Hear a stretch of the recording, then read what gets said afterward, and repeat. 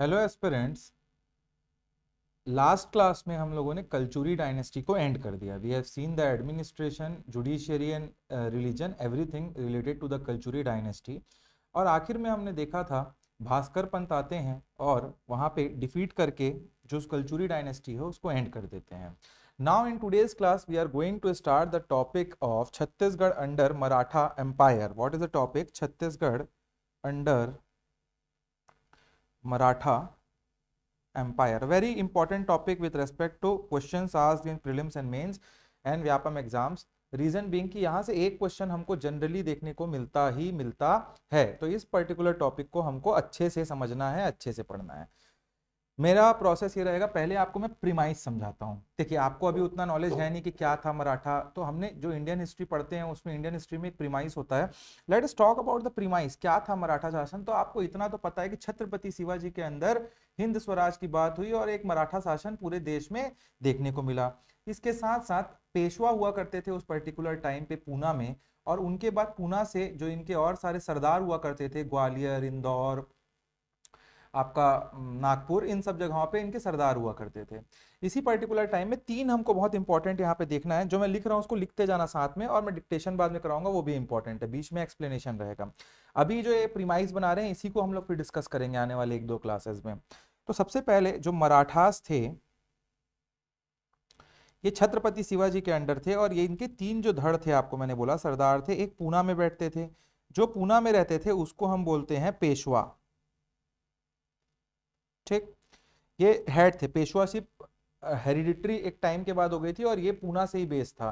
पहले पूना भी हेड नहीं था, बट बाद में छत्रपति शिवाजी के टाइम पे ये पूना जो था ये हेड बन जाते हैं पेशवास।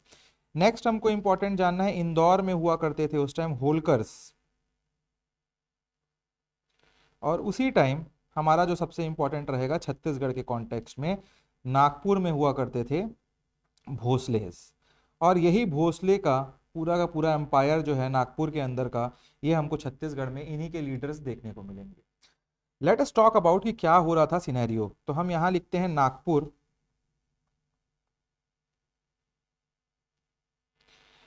फिर इसी टाइम पे रतनपुर में क्या थे? कलचुरी डायनेस्टी के लोग थे। हम लोग समझ रहे हैं कैसे ये एंट्री हुई इनकी, ठीक है। इसी टाइम पे रायपुर में भी एक कलचुरी डायनेस्टी के जो लाहौरी ब्रांच है वो हुआ करता था, रायपुर ब्रांच, ब्रह्मदेव राय वाला, केशव देव वाला। इसके बाद हमारा बंगाल प्रोविंस भी एक इंपॉर्टेंट हो जाता है, क्योंकि ये फाइट के लिए ही तो आगे बढ़े थे मराठास। तो these are the four places which are very important with respect to the Marathas invasion and their rule in Chhattisgarh, कि कैसे क्या हुआ। तो नागपुर में आपको समझना है, नागपुर में उस टाइम भोसले के रूलर हुआ करते थे। 1741 की मैं बात कर रहा हूं। उस टाइम पे रघु जी वन हुआ करते थे। Raghu ji one was the king of Bhonsles in Nagpur, और नागपुर उनका कैपिटल हुआ करता था। उसी पर्टिकुलर टाइम में इन्होंने क्या किया, इन्होंने सोचा कि let us expand towards the east. East मतलब छत्तीसगढ़ होते हुए उड़ीसा, बंगाल की ओर एक्सपांड करके अपने अंदर इन टेरिटरीज को लाने का इनका मन था। तो इन्होंने एक एक्सपांशनिस्ट पॉलिसी को का अप्रोच रखा। किसका? Expansionist policy. इसको ऐसे बना लेना, जैसे मैं लिखवा रहा हूँ ना, ये चार्ट को ऐसा बनाना। बाद में जब सब समझ लोगे, पढ़ लोगे, तो रिवीजन करते टाइम बहुत हैंडी रहेगा ये सब हम लोग लिखेंगे भी, और बट ये ऐसा भी बना लेना आप लोग। तो इनका एक्सपांशनिस्ट पॉलिसी किस इलाके के लिए था? अगर ये पूछे तो ये था ईस्टर्न एरिया को एक्सपांड करना चाह रहे थे। जैसे आपका ये आपका इंडिया है, तो यहाँ आपका नागपुर पड़ता है महाराष्ट्र में, यहाँ छत्तीसगढ़ पड़ता है आपका, और यहाँ पड़ता है बंगाल, और ये उड़ीसा हो गया आपका। तो ये ऐसे छत्तीसगढ़ होते हुए पूरा बंगाल की ओर, ईस्ट की ओर पूरा एक्सपांड करना चाह रहे थे। ठीक है, आपको समझ आ रहा है कि ईस्टर्न एरिया की ओर करना चाह रहे थे। तो ये क्या करते हैं, बंगाल प्रोविंस पे अटैक करने का प्लान बनाते हैं, पे अटैक। और उसी टाइम पे बंगाल में अलीवर्दी खान का शासन रहता है। Alivardi Khan was the king of Bengal province, और वहां मीर हबीब रहते हैं। Mir Habib was anti of, क्या बोलते हैं आप, बोलते हैं इसका एंटी ऑफ अलीवर्दी खान। इनका मन था क्या? किंग बनने का बंगाल का। तो ये इनके साथ कॉन्स्पायर करते हैं बंगाल प्रोविंस में अटैक करने के लिए, और अटैक करते हैं, उसको आगे हम समझेंगे। तो अटैक करने के लिए जो सेनापति होते हैं रघुजीवन के सेनापति होते हैं, कमांडर जो होते हैं उस टाइम पे, भास्कर पंत, उसको उनको वो भेजते हैं, भास्कर पंत। और इनका नाम क्या है, और इनको ऐसा बोला जाता है भास्कर राव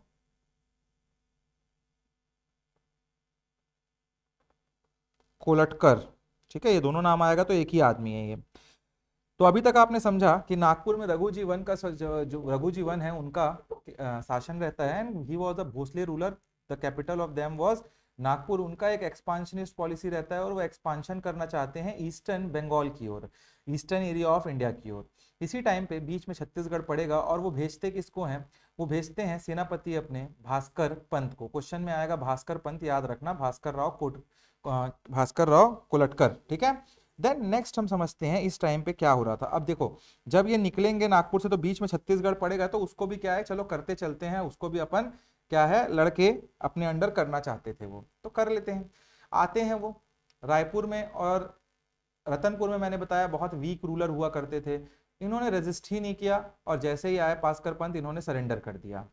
इस टाइम रतनपुर पे, आपके रतनपुर पे जो कलचुरी रतनपुर का ब्रांच रहता है, वहां पे आपके रघुनाथ सिंह रहते हैं king. Raghunath Singh was the king of Ratanpur Kalachuri branch. और इसी टाइम पे जब 1741 में इनके जो सन है वो डाइड, मर जाते हैं, ये हमने कलचुरी में पढ़ा हुआ, he son died in 1741। After that there was a attack of Bhaskar Pant in 1741। तो क्या होता है, यहाँ अटैक करते हैं, अटैक्ड बाय भास्कर पंत। और यहाँ पे कोई अटैक वटैक वाले नहीं आते बस हैं, और यहाँ पे कोई लड़ाई वड़ाई नहीं होता है, सीधा रतनपुर में क्या होता है, रघुनाथ सिंह सरेंडर कर देते हैं।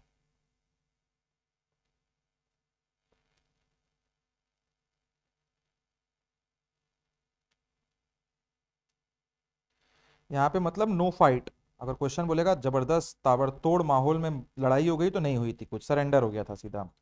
और इसके बाद थोड़े टाइम तक जो आपका रतनपुर है वो रूल में रहता है under Maratha.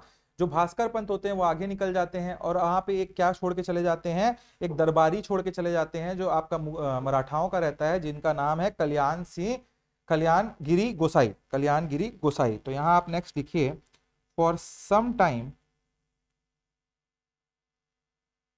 Ratanpur Kalachuri ruled under Maratha.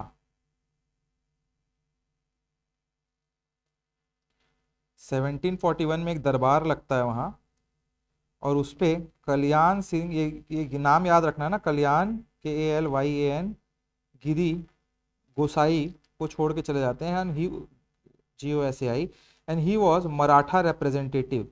ये क्या थे, ये जो आपका रतनपुर में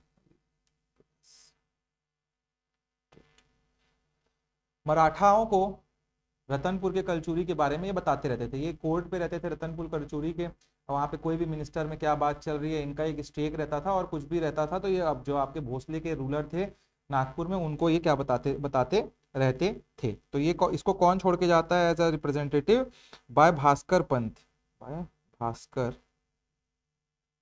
बोलते हैं तुम रूल करो, हमारा एक रिप्रेजेंटेटिव तुम्हारे यहाँ रहेगा और देखता रहेगा तुम ठीक ठाक से काम वाम कर रहे हो कि नहीं हमारे अंडर। और तो और इनको बोला जाता है 1 लाख रुपए टैक्स देने को, 1 लाख रुपीज का Takoli. Takoli is a tax in Marathas time. ठीक है, अब होता क्या है, इसके आगे थोड़ा सा स्टोरी को यहाँ लेके जाता हूं मैं। यहाँ पे रायपुर पे इस टाइम होता क्या है, अमर सिंह रहते हैं, रायपुर कलचुरी के किंग रहते हैं अमर और सिंह।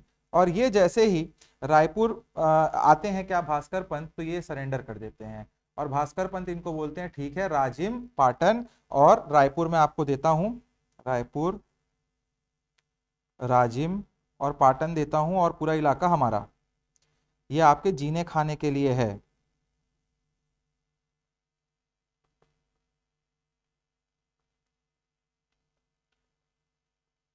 ठीक है, तो यहाँ कोई ऐसा सच लड़ाई नहीं हुई, अमर सिंह भी सरेंडर कर देते हैं।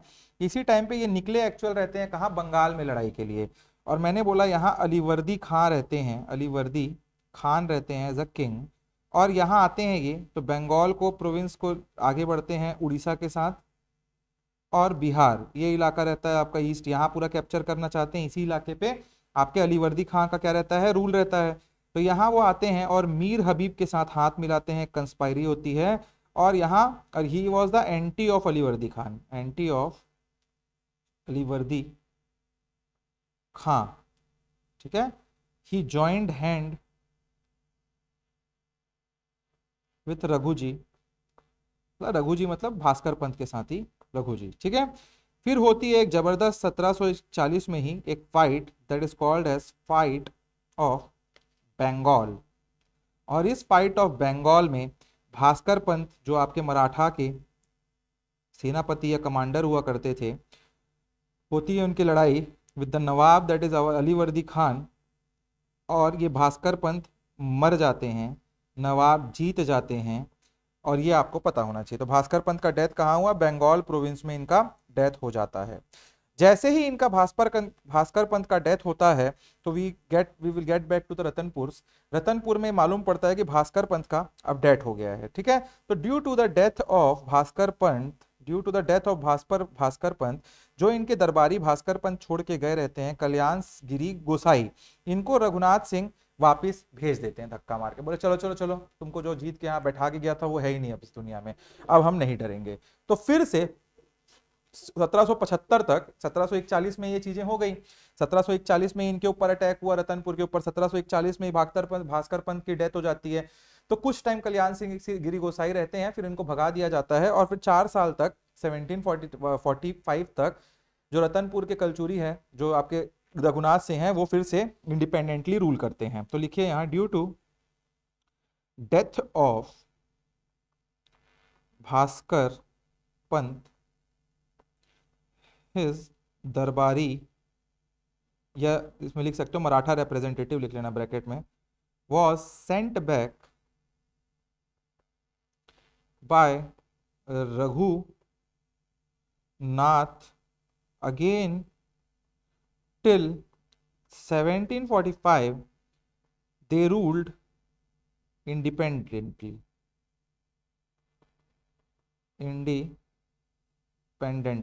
फिर से मराठा रूल करते हैं।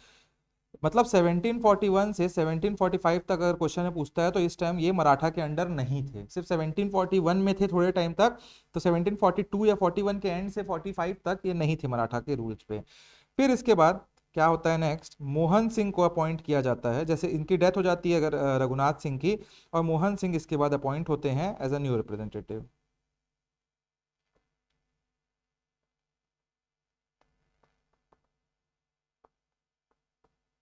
सेवेंटी फाइव के बाद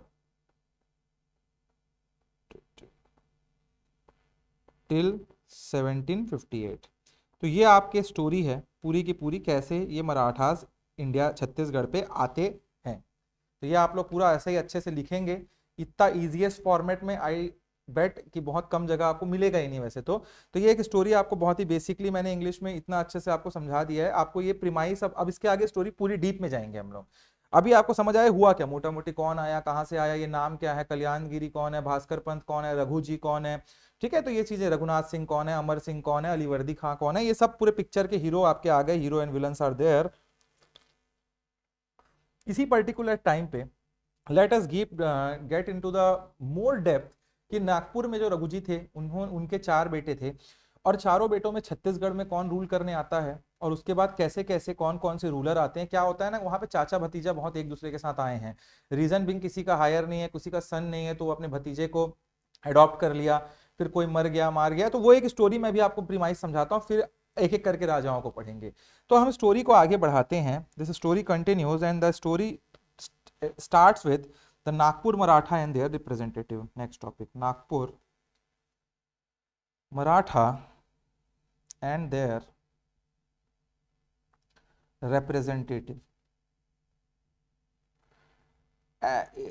इस पर्टिकुलर टाइम पे 1741 की बात हो रही है, यहीं से हम बात करेंगे क्योंकि यहीं से छत्तीसगढ़ में इन्वेड होता है मराठा का जो शासन है। इसके पहले मराठा जो है बहुत बड़ा, इंडिया जीएस में मैंने बहुत बड़ा टॉपिक लिया है मराठा का। अगर आप इंडिया जीएस में मतलब लोग कर रहे होंगे, करना चाहें तो उसको एनरोल कर सकते हैं, जो लोग आप लोग सीजीजीएस वाले हैं, या फिर जो लोग कर रहे हैं उनको समझ होगा कि मराठा बहुत लंबा एक शासन था उस पर्टिकुलर टाइम पे। तो जो 1741 का टाइम था, इस टाइम पे आपको समझना है रघु जी जो थे, रघु अच्छा, let us रघु जी, ये जो थे रघु जी वन, इनकी डेथ हो जाती है 1755 में। इनकी दो वाइफ्स रहती हैं।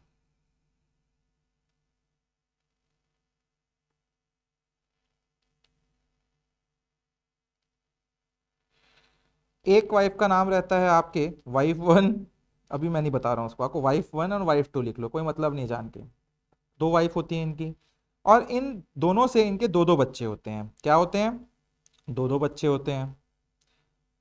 एक होते हैं आपके मुधो जी, पहली वाइफ से होते हैं मुधो जी और बिंबा जी। यही बिंबा जी जो है छत्तीसगढ़ में आपको देखने को मिलेंगे इसके बाद। ठीक, जस्ट अ सेकेंड।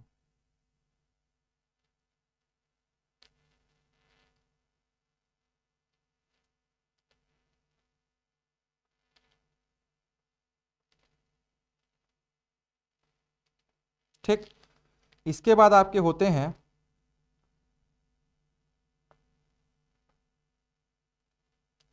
इस वाइफ से भी आपके दो बच्चे होते हैं। ठीक है, और कौन कौन होते हैं? तो यहाँ होंगे आपके जानको जी। मैं जैसे अलग अलग पेन से बना रहा हूँ जिन चीज़ों को, आप वैसे ही बनाएंगे। जानको जी, और होते हैं आपके सबा जी। ठीक है, तो जो मुधो जी होते हैं, इन चार लोगों को चार अलग अलग जगह मिल जाते हैं रूल करने के लिए। नागपुर हमेशा सेंटर रहेगा रूल का। सबसे बड़े बेटे रहते हैं इसमें जानको जी, और सबसे छोटे बेटे रहते हैं बिंबा जी। तो he is the youngest and he is the eldest. ये कौन हो गए आपके? He is the eldest and he is the youngest one. तो एल्डेस्ट है, सबसे बड़े बेटे को नागपुर मिलता है, सबसे बड़े बेटे को नागपुर मिल जाता है। सबसे छोटे बेटे को छत्तीसगढ़ भेजा जाता है। वैसे ही मुधो जी, और इनके बारे में आपको जानना है, मुधो जी को चंदा का एक इलाका है महाराष्ट्र में, उस इलाके में भेजा जाता है, और सबा जी को बेरार। ठीक है, ये हमारे पिक्चर में उतना नहीं है इसलिए मैं ब्लैक में बना रहा हूँ। जो पिक्चर में है, जो भी रेड में रहेगा पेन में, वो सारे छत्तीसगढ़ के रूलर रहेंगे। ठीक है, और जो भी मैं ब्लू में बनाऊंगा वो नागपुर से रूल करेंगे। तो ये आपको यहाँ डिस्टिंक्शन क्लियर देखने को मिलेगा। अब जानको जी जो होते हैं, he doesn't have any heir, इनका कोई भी हायर नहीं रहता है, नो हायर। तो ये क्या करते हैं, मुधो जी के तीन बेटे रहते हैं इस टाइम पे। क्या रहते हैं? मुधो जी के तीन बेटे रहते हैं, ये भी समझ लेते हैं हम लोग। मुधो जी के तीन बेटे कौन कौन होता है? तो मुधो जी के तीन बेटे में सबसे पहले बेटे होते हैं रघु जी थ्री, सॉरी टू। ठीक, इसके बाद होते हैं आपके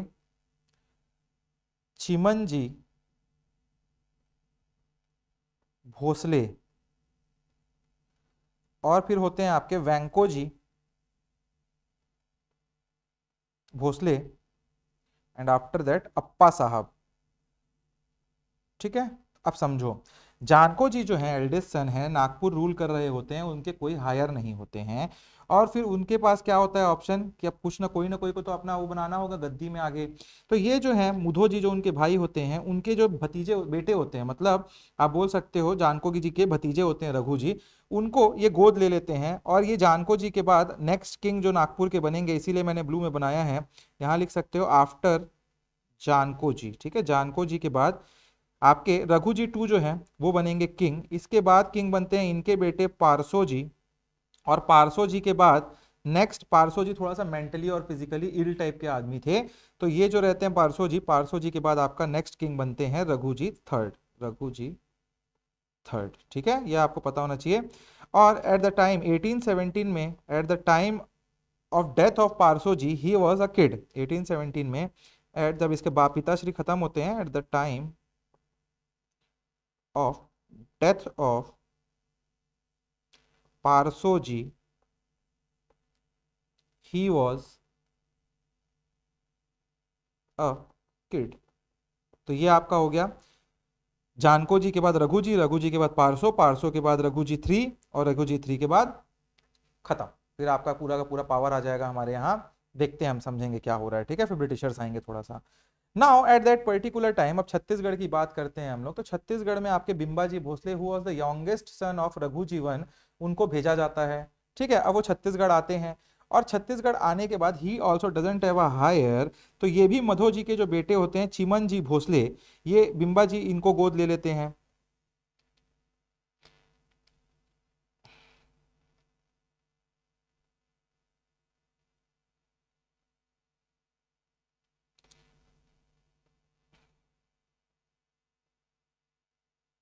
ठीक है, फिर चिमन जी के बाद वेंको जी बनते हैं, एंड वेंको जी जब बनते हैं चिमन जी के बाद, तो he ruled from Nagpur only, इनको छत्तीसगढ़ पसंद नहीं था उतना, तो ही रूल्ड फ्रॉम नागपुर, और ये एक सूबेदारी सिस्टम यहाँ चालू करेंगे, सूबा सिस्टम, ये हम लोग देखने की कोशिश करेंगे क्या कैसे होगा। और ये आखिरी होते हैं अप्पा साहब, थोड़ा सा कॉन्स्पायर करके मार देते हैं, और ये कब से कब, वेंको जी हैं 1788 से लेके 1811 तक। ठीक है, और उसके बाद अप्पा साहब रहते हैं 1816 से लेके 1818 तक, और ही रूल्ड छत्तीसगढ़, ये रूल तो छत्तीसगढ़ में करते हैं, बट इनका मेन एम रहता है नागपुर के ऊपर अपनी गद्दी को संभालना है। पारसो जी के टाइम रहते हैं, थोड़ा सा माहौल आपको देखने को मिलेगा Chhattisgarh, but main aim to rule नाग। ये आपको समझ आ गया पूरा इनका लीनेज क्या है, कैसे नागपुर से लेके पूरा भोसले और ये आ गए छत्तीसगढ़ तक, इसको आप लोग ऐसा अच्छे से बना लेंगे। नेक्स्ट अब हम लोग देखने, इसको मैं और जूम कर देता हूँ, एक बार देख लो यार, नहीं तो मालूम पड़ा बना नहीं है सर। इसके बाद हम समझते हैं नेक्स्ट कि ब्रिटिश रेसिडेंट का क्या कंसेप्ट है। ब्रिटिश रेसिडेंट जब रहते हैं किंग आपका नागपुर में पारसो जी, तो ब्रिटिशर्स यहाँ पे आ चुके होते हैं, और ब्रिटिशर्स अपने रेसिडेंट को यहाँ छोड़ के जाते थे, ब्रिटिश रेसिडेंट उनको बोलते थे, BR लिख रहा हूँ मैं। और ये ब्रिटिश रेसिडेंट मतलब ब्रिटेन का एक आदमी रहता था, आपका ईस्ट इंडिया कंपनी का, वो इनके कोर्ट पे रहता था और समझता था, देखता था क्या हो रहा है, थोड़ा सा माहौल ऐसा बना हुआ था। तो यहाँ जैनकिंग रहते हैं ब्रिटिश रेसिडेंट, और ये जैनकिंग जो रहते हैं इनके टाइम पे ही आपके जो अप्पा साहब यहाँ स्टोरी में दिख रहे हैं ना, ये देखो, ये अप्पा साहब है आपके, कहाँ है ये अप्पा साहब, जो छत्तीसगढ़ में रहते हैं, ये जैनकिंग के साथ कंस्पायर करते हैं, और ये किल मार देते हैं किसको, पारसो जी को, जो आपको ब्लू में दिख रहा है पारसो जी, रघु जी जो टू के बेटे हैं, क्योंकि मैंने बताया ना he was always having a aspiration to become the ruler of Nagpur, और उस टाइम पारसो जी इसके रूलर रहते हैं नागपुर के। तो कुछ टाइम के लिए फिर अप्पा साहब वहां बैठेंगे भी, बट फिर होता यूं है कि जो जैनकिंग है, अप्पा अप्पा साहब और जैनकिंग के बीच में भी एक लड़ाई हो जाती है सीताबाड़ी में। तो यहाँ पे क्या हो गया, मैंने बोला अप्पा साहब प्लस जैनकिंग होता है, ये क्वेश्चन है पूछता है इसलिए यहाँ लिखा दे रहा हूँ, स्टोरी इससे रिलेटेड है इसलिए। दे किल्ड पारसो जी, ठीक है, और 1817 के टाइम की बात होती है, हाँ 1817। तो यहाँ पे जैन किंग और ये अप्पा साहब जो है मिल के मार देते हैं, और इसके बाद कुछ टाइम अप्पा साहब बैठने की कोशिश करते हैं, बट थोड़ा सा उनका जो चलाने का तरीका होता है नागपुर को, वो थोड़ा समझ नहीं आता। तो सीताबर्दी में एक लड़ाई होती है, दैट इज बिटवीन अप्पा साहब वर्सेस जैन किंग, और जैन किंग जो थे ब्रिटिश फोर्सेस के साथ आते हैं, और अप्पा साहब लॉस्ट दैट बैटल, और ही फ्लीड, ये भागते हैं फिर महादेव माउंटेन के ओर, महादेव माउंटेन्स की ओर, गोंड किंग के संरक्षण में ये चले जाते हैं। ठीक है, तो ये आपका थोड़ा सा स्टोरी समझ आ रहा है आपको, this is how everything is. अब समझते हैं हम लोग और आगे कि हम लोग कैसे अप्रोच करेंगे मराठाज इन छत्तीसगढ़। तो मराठाज इन छत्तीसगढ़ को अगर आप देखते हो, मराठाज इन छत्तीसगढ़, तो ये मराठास जो हैं आपको 5 डिवीजन मिलेगा मराठास का। रूल 5 बार अलग अलग टाइम में टेन्योर में चेंज होता रहा। सबसे पहले हम पढ़ेंगे इनडायरेक्ट मराठा एडमिनिस्ट्रेशन। ठीक है, ये आपका जो रघुनाथ सिंह वाला टाइम है 41 से लेके 58 तक, जब वो गंगाधर सॉरी गोसाई को बैठा के चले जाते हैं, कल्याणगिरी गोसाई को 41 में, फिर 55 तक, 51 में बैठा के 41 में बैठा के चले जाते हैं, फिर 55 तक फिर भगा के उनको क्या कर लिया जाता है, इंडिपेंडेंटली वो रूल करेंगे। फिर 55 से लेके मैंने बोला था 58 तक फिर से एक मराठा का वहां पे रहेगा रिप्रेजेंटेटिव। तो आप बोल सकते हो इट वाज द टाइम जब इनडायरेक्ट मराठा रूल था, एक रिप्रेजेंटेटिव बट बस बैठा रहता था आपका कहाँ पे, रतनपुर कलचुरी के कोर्ट में। उस टाइम ये इनडायरेक्टली उनका इन्फ्लुएंस बहुत रहता था, कोई भी डिसीजन लेना है तो वो रिप्रेजेंटेटिव से पूछ के लेना होता था, सलाह मशवरा करके लेना होता था। तो ये इनडायरेक्ट रूल का टाइम चल रहा था यहाँ पे। नेक्स्ट होता है आपका डायरेक्ट रूल। अब आ जाते हैं पिक्चर में डायरेक्ट मराठा एडमिनिस्ट्रेशन। तो ये 1758 से 1787 के टाइम पे होता है, और इसी टाइम पे आपके बिंबाजी भोसले रहते हैं। जो बिंबाजी भोसले आप ऊपर देखे, यहाँ पे मैं और बना देता हूँ, चलो ये दो हिस्से में डिवाइड रहता है, एक रतनपुर में रहता है और एक रायपुर में, ठीक है। और यहीं पे मैंने बताया आपको 1741 में रघु जी फर्स्ट टाइम छत्तीसगढ़ के ऊपर आते हैं। 1745 में मोहन सिंह को एक्चुअल में बैठा देते हैं यहाँ आके, और उसी टाइम पे रायपुर में 1750 से लेके 58 तक शिवराज सिंह रहते हैं, ठीक है। ये कॉन्टेम्प्ररी में बता दे रहा हूँ आपको। फिर यहीं पे 78 में बिंबाजी भोसले की बात करेंगे हम लोग, पूरा बिंबाजी की स्टोरी समझेंगे। थर्ड हम लोग इसको डिवाइड करेंगे सूबा एडमिनिस्ट्रेशन में। जब हम लोग बात कर रहे थे क्या, 8 अलग अलग सूबेदार को बैठाया जाएगा, बट बाद में फिर टोटल 9 हो जाते हैं, तो सूबा एडमिनिस्ट्रेशन की बात करेंगे। सूबेदार लोगों को भेजा करते थे उस टाइम, ये 1818 तक, ठीक है, ठीक है। सूबेदार 8 एस पर एगेन्यू 8 है एगेन्यू के चार्ट्स के हिसाब से, बट टोटल में हमको पता है कितने थे, टोटल 9 है, ठीक है। अगर क्वेश्चन एक्सप्लिसिटली बोलेगा एस पर एगेन्यू कितना है तो 8 लिख के आना, मतलब टिक करके आना। फिर नेक्स्ट आप चौथे हिस्से में हम इसको डिवाइड करेंगे, भोसले अंडर ब्रिटिशर, मतलब ये ब्रिटिशर आ जाएंगे और ब्रिटिश रेसिडेंट यहाँ बैठा देंगे 1818 से लेके 1830 तक। इस टाइम पे कुछ सीन होगा जो आपका यहाँ पे देखने को मिला था ना आपको ये स्टोरी में, जहाँ पे हम लोग पारसो जी थे, पारसो जी के जो बेटे थे रघु जी थ्री, तो ये बहुत छोटे रहते हैं जब ये पैदा होते हैं, तो मतलब जब इनके पिताजी खत्म हो जाते हैं पारसो जी, तो जिसको मार दिया था किसने, अप्पा साहेब ने जैनकिन के साथ कॉन्स्पिरेसी करके। तब क्या बोलते हैं ब्रिटिश, बोलते हैं कि हम अपने, ये जो हम लोग पढ़ रहे हैं ना भोसले अंडर ब्रिटिशर्स, तो ये बोलते हैं कि जब तक आपके आपके जो आपके परसो जी जो रघु जी थ्री हैं वो 18 साल मतलब एडल्ट नहीं हो जाते, तब तक वो ब्रिटिशर्स के अंडर मतलब रूल करेंगे। तो ये होता है ब्रिटिश भोसले अंडर, जो नागपुर वाले भोसलेज हैं अंडर ब्रिटिशर्स। तो ये 18 से लेके ये 1818 में आपको परसो जी खत्म होते हैं, और 1830 में रघु जी थ्री जो है एडल्ट होंगे, तो उस टाइम तक ब्रिटिश रेसिडेंट रहेंगे। और टोटल हम लोग को 6 ब्रिटिश रेसिडेंट के बारे में पढ़ना है, कितने रेसिडेंट रहते हैं यहाँ। बहुत इंपॉर्टेंट है question, last to last year भी पूछा है और हर साल पूछता है कहीं ना कहीं ये, कोई ना कोई व्यापम के एग्जाम में। फिर आखिरी रहेगा, फिर से भोसले पावर में आएंगे, री भोसले रूल, ठीक है। ये जब आ जाएंगे रघु जी थ्री पावर में फिर से, तो वो देखेंगे हम लोग 1830 से 1854। तो आप बोल सकते हैं 1741 से लेके 1741 से 1854 का ये 90 साल का टाइम होता है। उस टाइम पे रूल करते हैं आपके ब्रिटिशर्स, ब्रिटिशर्स रूल करते हैं उस पर्टिकुलर, मराठा रूल करते हैं उस पर्टिकुलर टाइम पे, कहाँ पे, आपके आपके छत्तीसगढ़ पे, ठीक है। तो this is how we will proceed in this particular class. तो ये हम लोग का आज का जो क्लास है हम लोग यहीं पे खत्म करने की कोशिश करेंगे, रीजन बिंग कि आपको काफी कंटेंट यहाँ पे मराठा से मैंने दे दिया है, और इतना पहले पचा लो, इतना पहले पचा लो, थोड़ा समझ लो क्या है कैसे है क्यों है, और उसके बाद हम लोग नेक्स्ट क्लास में अब इन्हीं स्टोरीज को डेप्थ में जाने की कोशिश करेंगे, ठीक है। इसका मटेरियल आपका पीडीएफ डला हुआ है आपके एप्लीकेशन पे, हमारे अपडेटेड है, उसको पकड़ लीजिए अभी, और इसके साथ इस पीडीएफ को पढ़िए। मैं इसीलिए इसको थोड़ा शॉर्ट रखा हूँ क्लास को, कि आप पहले थोड़ा सा बेस क्लियर कर लो, समझ लो कौन था कहाँ था। आज एक रिवीजन हो जाएगा, अभी एक साथ आगे बढ़ जाएंगे तो बहुत सारा कंटेंट हो जाएगा, थोड़ा सा रिवाइज करो तो इसके बाद फिर बड़ी बड़ी क्लास 2-3 करके हम इसको मराठा फटाकले खत्म कर सकते हैं। बट इसमें क्या, अभी आपका प्रीमाइस यहीं से क्वेश्चन ज्यादातर आपको एक मोटा मोटी एक क्वेश्चन यहाँ से बन जाता है, फिर इसके बाद हम लोग धीरे धीरे, क्योंकि नेम्स बहुत ज्यादा हैं, मराठा का टाइम लाइन बहुत छोटा है, 90 साल का है, बट आपको सुपरिटेंडेंट भी पढ़ना है यहाँ पे 8-8 9 हो, इसके बाद आपको क्या करना है, ब्रिटिशर्स के 6 रेसिडेंट भी पढ़ने हैं, तो वो सब नेम्स हैं ज्यादातर। तो मैं इसीलिए चाह रहा हूँ कि सूबा एडमिनिस्ट्रेशन में आपको 8 सूबेदार 9 सूबेदार देखने हैं, तो जितना धीरे हो बट कंसोलिडेट होके हो, रिवीजन साथ में होते रहे। तो इसलिए मैं बोल रहा हूं इसको पहले आप लोग अच्छे से क्या कर लेंगे, इसको जितना मैंने बताया है ये आपके दिमाग में रहना चाहिए। क्लास को 2 बार देख लो, ये पहला क्लास आपके दिमाग में एकदम क्लैरिटी में नहीं रहेगा तो पूरा कंफ्यूजन होगा, क्या था कैसा था स्टोरी क्या है, एकदम क्लियरली आप लोग अपने दिमाग में इसको बैठा लेंगे।